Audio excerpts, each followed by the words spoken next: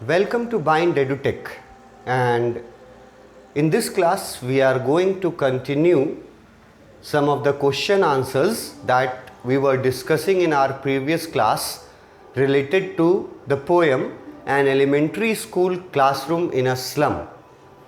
अपने पिछले वीडियो में हम लोग ये जो लाइंस हैं, जो इस पोएम के आखिरी लाइंस हैं, इन लाइंस से रिलेटेड क्या क्या क्वेश्चन आ सकता है, कैसे कैसे आंसर देंगे, क्या क्या पॉइंट्स का ध्यान रखेंगे, ये हम लोग डिस्कस कर रहे थे. इसमें हम लोगों ने क्वेश्चन बी तक डिस्कस किया. ठीक है, ये क्वेश्चन डिस्कस कर लिया था कि स्लैग हीप और मेंडेड ग्लास, ये दोनों वर्ड्स जो यूज़ हुए हैं लाइंस में, उनका अर्थ क्या है.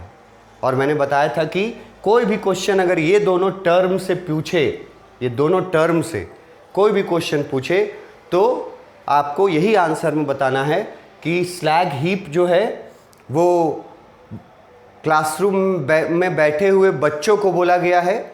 देखने में लग रहा था ऐसे कूड़े कचरे के का ढेर हो वहाँ पर.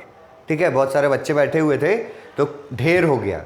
और किस चीज़ का? गार्बेज का, मतलब यूज़लेस हैं बच्चे.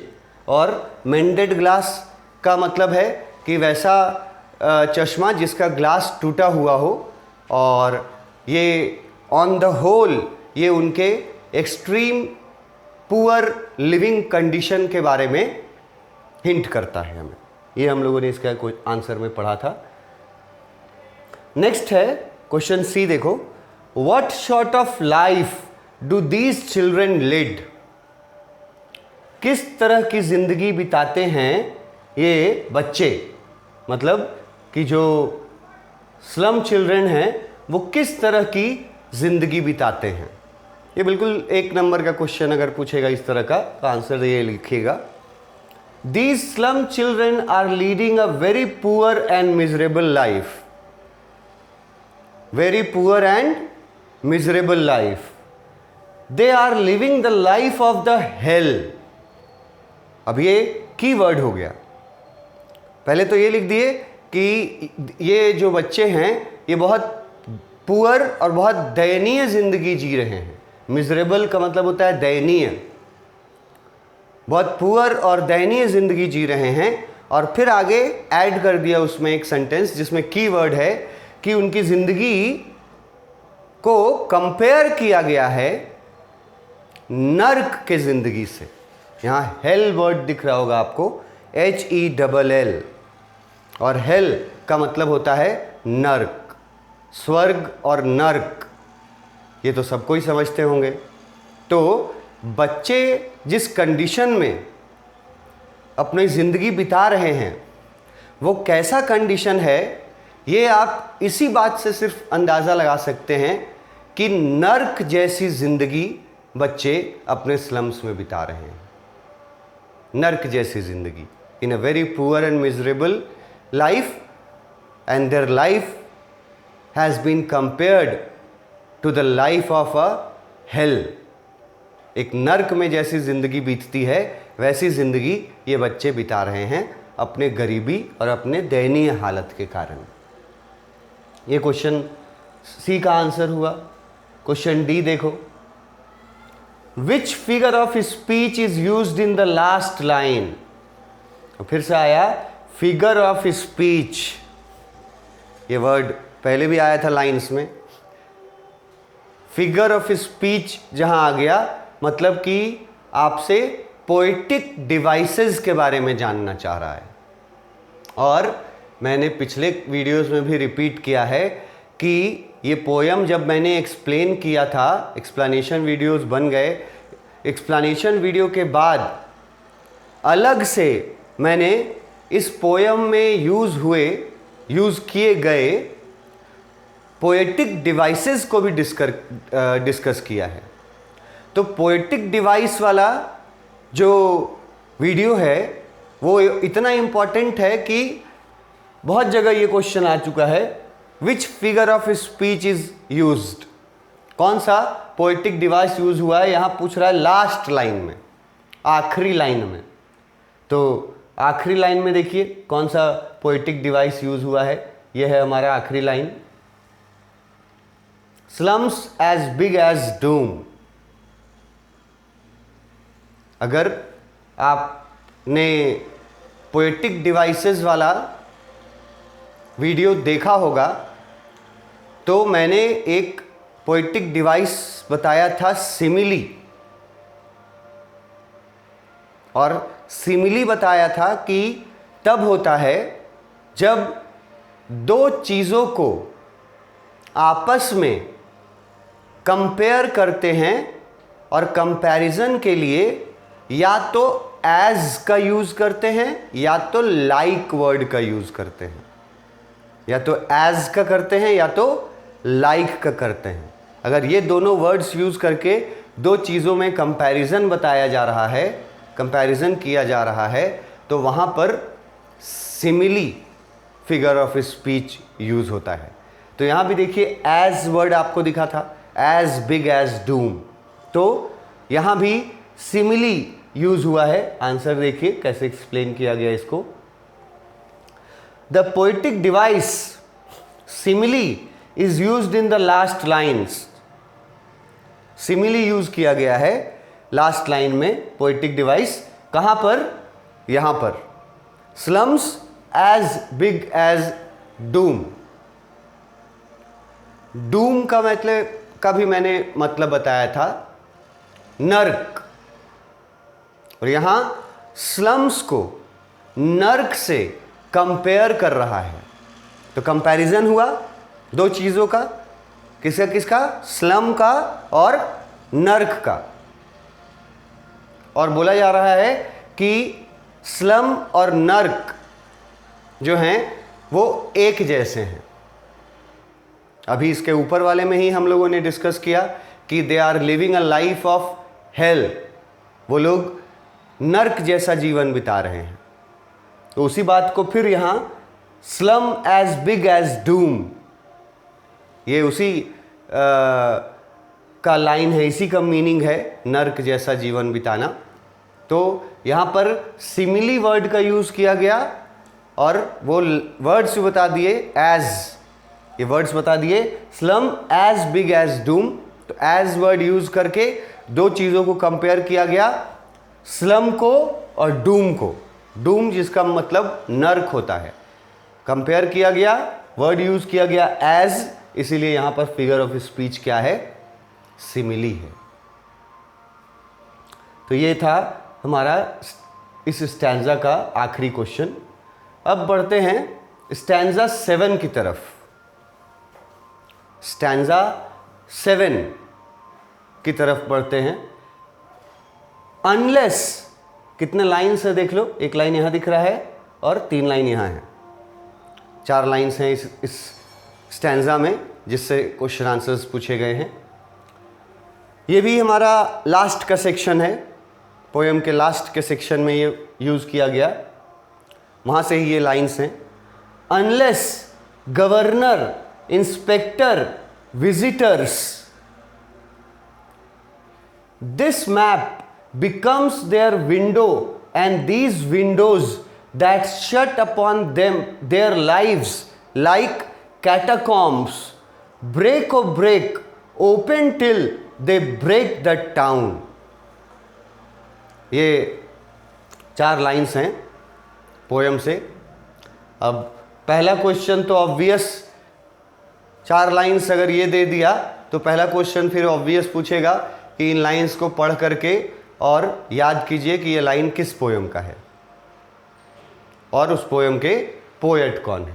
पहला क्वेश्चन तो यही पूछेगा, name the poem and the poet. तो लाइन्स पढ़ करके याद रखना होगा। जब तक आप एक्सप्लेनेशन वीडियो में लाइन्स को नहीं पढ़िएगा, ठीक से नहीं समझिएगा, सीरियसली नहीं लीजिएगा उसको, तो फिर आप लाइन्स पहचानने में गड़बड़ा जाइएगा कि ये लाइन किस पोएम से है, क्योंकि 5-6 पोएम्स हैं। अब 4 लाइन उठा के किसी पोएम से दे रहे हैं, तो आपको पता होना चाहिए ना। जब पूरे लाइन्स आप लाइन बाय लाइन जब आप जाइएगा पोएम में, तभी आप पकड़ पाइएगा कि आंसर ये लाइन्स कहाँ से हैं, किस पोएम से हैं। तो पोएट और पोएम का नाम पूछा और क्या पूछा। अब इन्हीं में देखो कि ये लाइंस से में कीवर्ड्स क्या क्या हैं जिनका मीनिंग अगर आपको मालूम रहे, जो मीनिंग मैंने अपने एक्सप्लेनेशन वीडियो में दिया है, ठीक है, तो वो मीनिंग्स अगर आपको याद रहे तो वो कीवर्ड्स कौन कौन से हैं जिनका मीनिंग याद रख करके आप इसका आंसर, इससे जुड़े हुए कोई भी आंसर्स दे सकते हैं इन लाइंस से। जैसे पहला line, unless governor, inspector and visitors, तो यहां पर क्या बोला जा रहा है इस लाइन में? यहां पर पोएट अपील कर रहे हैं गवर्नर से, मतलब सरकार से, इंस्पेक्टर मतलब सरकारी अधिकारियों से, और विजिटर्स का मतलब शहर के अमीर लोगों से। इन लोगों से पोएट जो है इस लाइन में कुछ अपील कर रहे हैं। तो ये वही समझ पाएंगे, वही स्टूडेंट्स इस लाइन को समझ पाएंगे जिन स्टूडेंट्स ने एक्सप्लेनेशन वीडियोस को ठीक से देखा हो, सुना हो, पढ़ा हो। ये लाइंस में देखो एक वर्ड यूज किया, कैटाकॉम्ब्स। कैटाकॉम्ब्स, ये भी वर्ड मैंने बहुत डिटेल में बताया है अपने एक्सप्लेनेशन वीडियो में, तो आपको कैटाकॉम्ब्स का मतलब पता होना चाहिए क्योंकि इससे सवाल रहेगा कोई ना कोई। फिर ये है ब्रेक ओ ब्रेक, ये टर्म जो यूज किया, ब्रेक ओ ब्रेक, इसके बारे में भी मैंने एक्सप्लेनेशन में डिटेल में बताया है कि इसका मतलब क्या है। अगर आपको इसका मतलब पता है या आपने अगर एक्सप्लेनेशन वीडियो देखा है तो आप फिर इन 4 लाइंस से जुड़े हुए कोई भी सवाल का जवाब आसानी से दे सकते हैं। पहला तो था name the poem and the poet. दूसरा क्या है, what does the poet want from the governor, inspector and visitors. Poet क्या चाहते हैं गवर्नर से, इंस्पेक्टर से और विजिटर्स से। ये जो 3 लाइन, जो पहला ही लाइन में 3 नाम जो लिखा हुआ है, इन तीनों का जिक्र क्यों किया गया है? क्वेश्चन आपको किसी भी तरीके से पूछा जा सकता है इस लाइन से। अनलेस गवर्नर, इंस्पेक्टर, विजिटर, इस लाइन से क्वेश्चन किसी भी तरीके से पूछा जा सकता है। जैसे क्वेश्चन पूछ देगा कि लास्ट में, पोएम के लास्ट में पोएट किन लोगों से अपील करते हैं, या तो अपील वर्ड यूज करेगा या तो रिक्वेस्ट वर्ड भी यूज कर सकता है। किन लोगों से अपील करते हैं, किन लोगों से रिक्वेस्ट करते हैं और क्या रिक्वेस्ट करते हैं, ये क्वेश्चन पूछ देगा। तो आपको किन लोगों का आंसर, क्योंकि यहां दिया हुआ है, तो आपको यहां से पता कर लेना है कि गवर्नर से रिक्वेस्ट कर रहे हैं, इंस्पेक्टर से कर रहे हैं और विजिटर से रिक्वेस्ट कर रहे हैं। और मैंने गवर्नर और इंस्पेक्टर और विजिटर तीनों का मीनिंग बताया हुआ है आपको। गवर्नर मतलब सरकार, गवर्नमेंट, इंस्पेक्टर मतलब विभाग का कोई भी अधिकारी, और विजिटर मतलब शहर से आने वाले रिच सिटी पीपल। इन तीनों से पोएट अपील कर रहा है। क्या अपील कर रहा है? क्वेश्चन पूछा, what does the poet want, क्या अपील कर रहा है पोएट इन 3 लोगों से? इसका आंसर देखो, क्या अपील कर रहा है poet. The poet wants that they should come and do something for the betterment of the children living in a slum. ये जो लाइन है, unless governor, inspector and visitors, इस लाइन में पोएट एक बहुत ही इमोशनल रिक्वेस्ट कर रहे हैं, अपील कर रहे हैं। इमोशनल अपील इसलिए बोला जा रहा है क्योंकि उन बच्चों का जो कंडीशन था, जो लाइवलीहुड था, उसको देख करके स्टीफन स्पेंडर को बहुत दया आ रही थी उन बच्चों के ऊपर। तो उन्होंने रिक्वेस्ट किया गवर्नमेंट से, अधिकारियों से, और शहर से आने वाले विजिट करने के लिए जो आते हैं, जो शहरी अमीर लोग होते हैं, उन लोगों से पोएट यही चाहते हैं, या लिख सकते हैं यही रिक्वेस्ट करते हैं कि उनको आगे आना चाहिए। दे शुड कम फॉरवर्ड, वर्ड यहाँ लगा सकते हैं, दे शुड कम फॉरवर्ड। इन लोगों को आगे आकर के मदद करनी चाहिए ताकि ये जो स्लम चिल्ड्रन जो ज़िंदगी बिता रहे हैं, नर्क जैसी ज़िंदगी, उसमें कुछ बेटरमेंट लाया जा सके, मतलब उस ज़िंदगी को कुछ बेहतर बनाया जा सके। इसके लिए पोएट जो हैं वो गवर्नर, इंस्पेक्टर और विजिटर्स को अपील कर रहे हैं। क्वेश्चन किसी भी तरीके से पूछेगा, किसको अपील कर रहे हैं, क्या रिक्वेस्ट कर रहे हैं, तो किसको अपील कर रहे हैं पूछ दिया तो वो 3 नाम, गवर्नर, इंस्पेक्टर, विजिटर, क्या रिक्वेस्ट कर रहे हैं, क्या चाहते हैं उनसे कि वो लोग सामने आए। They should come forward to help the children and for their betterment.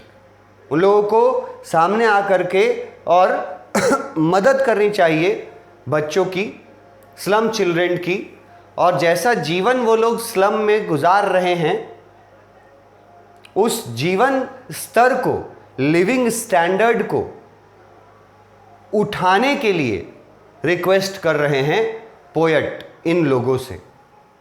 एक तरह से पूरे समाज में जो लोग रिच हैं, फिर जो लोग अफसर लोग हैं और जो सरकार है, सभी से पोएट का अपील है कि सबको सामने आकर के, एकजुट होकर के, कंबाइंड एफर्ट लगा करके और इन बच्चों के मिजरेबल लाइफ को बेहतर करने का, मतलब बेटरमेंट वर्ड यूज किया कि something for the betterment of the children living in a slum.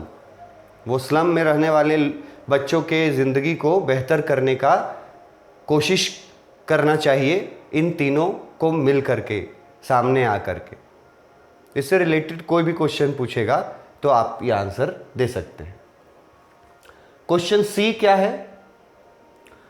What are these windows which the poet talks of? What are these windows which the poet talks of?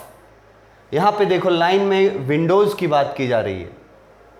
This map become their window and these windows, यही these windows का मतलब पूछा है आपसे कि इसमें ये जो these windows हैं, विंडो मतलब तो खिड़की होता है, तो these windows ये किन खिड़कियों की बात कर रहे हैं पोएट, या these windows वर्ड से या इस लाइन से, पोएम के इस लाइन से पोएट क्या बताना चाहते हैं, उसका आंसर देखो। क्या बताना चाहते हैं poet? They are the classroom windows. पहले तो ये बता दिया गया कि जिन खिड़कियों की बात हो रही है लाइन में, वो क्लासरूम की खिड़कियां हैं। क्लासरूम में जो खिड़कियां हैं उन्हीं खिड़कियों की बात हो रही है। फ्रॉम वेयर, जिन खिड़कियों से the children can see the narrow street of their slum and foggy sky. उस खिड़की से बच्चे, स्लम के बच्चे बाहर देखते हैं तो क्या दिखता है उनको? 2 चीज, narrow street of their slum, उनका जो झुग्गी झोपड़ी का जो बस्ती है, उनके पतले पतले रास्ते दिखाई देते हैं उन खिड़कियों से, और जो आसमान भी दिखाई देता है वहां से, वो भी फॉगी है, मतलब धुंधला है। फॉगी स्काई यहां फॉगी फ्यूचर को भी रिप्रेजेंट करता है कि बच्चों का जो जीवन है वो भी फॉगी है, अनसर्टेन है, अनक्लियर है।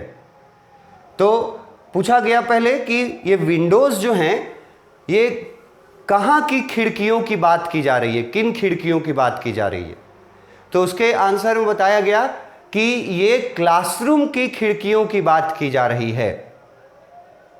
और फिर उस आंसर को आगे कैरी किया गया कि क्लासरूम की खिड़कियों से बाहर बच्चों को क्या दिखाई देता है। अब ये क्वेश्चन भी अलग से पूछ सकता है कि क्लासरूम की खिड़कियों से बाहर बच्चे जब झांकते हैं तो उनको क्या दिखाई देता है। तो दो चीजें मेंशन की गई हैं, narrow streets of their slum और फॉगी स्काई। ये दो चीजें दिखाई देती हैं बच्चों को जब वो अपनी क्लासरूम की खिड़कियों से बाहर देखते हैं।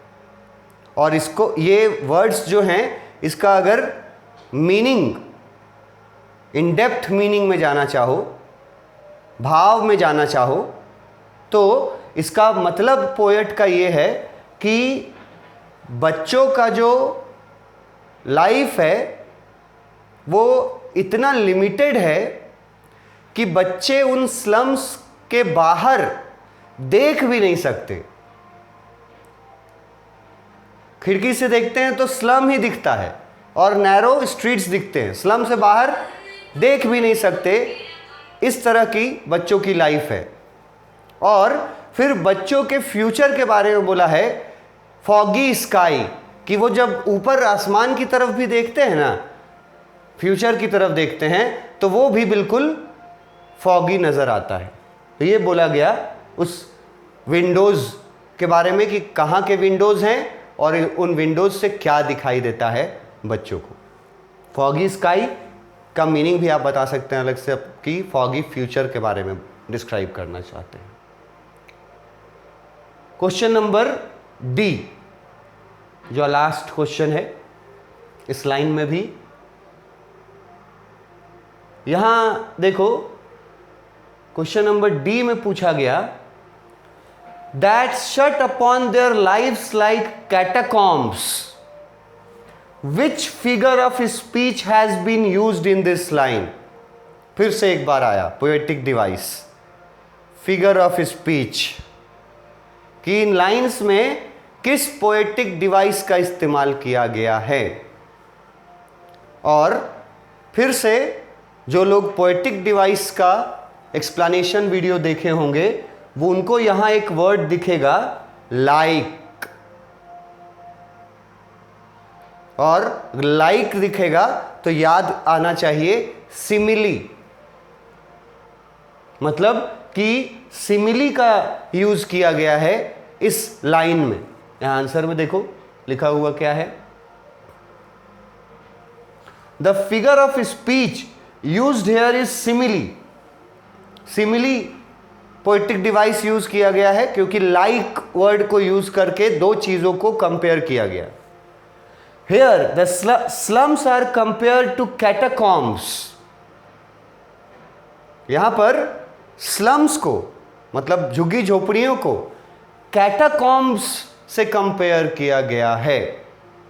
अब कैटाकॉम्ब्स का मीनिंग मैंने पहले तो डिस्कस किया ही है, यहां मैंने फिर से एक बार लिख दिया है, अंडरग्राउंड ग्रेवयार्ड्स। अंडरग्राउंड ग्रेवयार्ड्स को कैटाकॉम्ब्स बोलते हैं। ग्रेवयार्ड मतलब कब्रिस्तान, ठीक है, और अंडरग्राउंड तो समझते हो नीचे। पहले के दिनों में मैंने ये एक्सप्लेन किया था पोएम के एक्सप्लेनेशन में कि पहले अंडरग्राउंड ग्रेवयार्ड्स भी होते थे, मतलब कि जो स्पेशल लोगों के लिए होते थे। वहाँ पर कॉमन पीपल को नहीं दफनाया जाता था, जो स्पेशल लोग होते थे उनको अलग से दफनाया जाता था। अंडरग्राउंड ग्रेवयार्ड होते थे, उनको ही कैटाकॉम्ब्स बोला जाता है। और यहाँ स्लम, बच्चों के रहने वाले जगह को ग्रेवयार्ड से कंपेयर किया जा रहा है। तो कंपैरिजन हुआ दो चीज़ों का, स्लम का और ग्रेवयार्ड का, मतलब कैटाकॉम्ब्स का। और वर्ड यूज किया गया यूजिंग द वर्ड लाइक। और वर्ड यूज किया गया क्या, कंपेयर करने के लिए, लाइक। तो ये सिमिली हुआ, एज और लाइक वर्ड यूज करके दो चीजों को कंपेयर किया जाए तो उसको सिमिली बोलते हैं। तो यहां पे सिमिली वर्ड यूज हुआ, वो लिख दिया। यहां लिखा कि ये जो वर्ड है ना कैटाकॉम्स, ये shut upon their lives like catacombs, ये पूरा जो सेंटेंस है जिसमें ये कैटाकॉम्स वर्ड आया है, इस वर्ड से रिलेटेड, कैटाकॉम्स की वर्ड है, इस वर्ड से रिलेटेड कोई भी सवाल पूछा जाएगा तो उसका जवाब हम लोगों को इस आंसर में मिल जाएगा। ये जो आंसर हम लोगों ने दिया है, पहले वहाँ यूज़ हुए पोएटिक डिवाइस के बारे में बताया कि सिमिली यूज़ हुआ है। सिमिली कब बोलते हैं, जब दो चीज़ों को कंपेयर किया जाता है using the words as and like. तो यहाँ इनमें क्या कंपैरिजन है, किसको किसको कंपेयर किया गया, स्लम को कंपेयर किया गया कैटाकॉम्स से। कैटाकॉम्स क्या होता है, अंडरग्राउंड ग्रेवयार्ड्स को बोलते हैं। अब ये कंपैरिजन करके दोनों में, मतलब स्लम्स में और कैटाकॉम्स में इक्वालिटीज मतलब सिमिलैरिटी बताया है। ये लाइन में देखो, in catacombs there are dead bodies. कब्रिस्तान में, कब्र के अंदर डेड बॉडीज रहते हैं, जीवित लिविंग बीइंग्स नहीं रहते हैं। कब्रिस्तान में, कब्र के अंदर कौन रहते हैं, डेड बॉडीज रहते हैं। And the slum people are also like dead bodies. और वो लोग जो झुग्गी झोपड़ियों में, स्लम्स में अपना जीवन बिता रहे हैं, उनके जीवन को भी पोएट बोल रहे हैं कि वो भी एक मरे हुए इंसान का जिंदगी बिता रहे हैं। जैसे इंसान जब मर जाता है, कब्र के अंदर दफन हो जाता है, तो उसमें उसके सारे इमोशंस फिनिश हो जाते हैं, सारी इच्छाएं, मर गया इंसान तो सब कुछ फिनिश हो जाता है। मरने का मतलब ही है फिनिश होना। तो यहाँ पर जो लोग स्लम में रह रहे हैं ना, उन लोगों को भी बोला जा रहा है कि उनका जिंदगी भी फिनिश हो चुका है, वो भी अब जिंदगी में कुछ नहीं करने वाले हैं। They are just like dead bodies lying in the graveyards. वो लोग बस उन मृत शरीर के जैसे हैं, जो मृत शरीर, जो डेड बॉडीज कब्र के अंदर हैं, वैसे ही अपने स्लम्स में रहने वाले जो लोग हैं वो डेड बॉडीज की तरह हैं। और उनके स्लम्स को बोला गया है कैटाकॉम्स। ये बहुत इंपॉर्टेंट टर्म है कैटाकॉम्स वाला। कोई भी आंसर इससे पूछे तो ये, आप कोई भी क्वेश्चन पूछे तो ये आंसर आप सेटिस्फाई कर सकते हैं इन रीजंस को देख करके। तो ये हमारा क्वेश्चन आंसर्स जो इस पोएम से था। जितने तरह का क्वेश्चन आंसर पूछा जा सकता था, multiple choice question, short answer type question and then stanza wise questions, तो तीनों तरह का जो कैटेगरी है, ये तीनों का एक्सप्लेनेशन वीडियोस हमने बना लिया है, आपको एक्सप्लेन भी कर दिया है, आपके साथ डिस्कस भी कर लिया है। इसके बाद आपको असाइनमेंट में कुछ क्वेश्चंस मैं दूंगा जिसको आपको सेल्फ प्रैक्टिस करना होगा। इस एक्सप्लेनेशन वीडियो को जो लोग देखे हैं वहाँ से, और जो PDF रहेगा उसका, उससे पढ़ करके और उन क्वेश्चंस का आंसर प्रैक्टिस करना पड़ेगा, जो कुछ क्वेश्चंस मैं आपको प्रैक्टिस के लिए दूंगा। ठीक है, जितना डिस्कस करना था उतना हमने डिस्कस कर लिया है वीडियोस में। तो इस पोएम से हम लोग आज फाइनली बाहर निकल रहे हैं। ठीक है, और कुछ सिर्फ एक्सरसाइज दे देंगे आपको प्रैक्टिस करने के लिए, वो आप करिएगा। Thank you.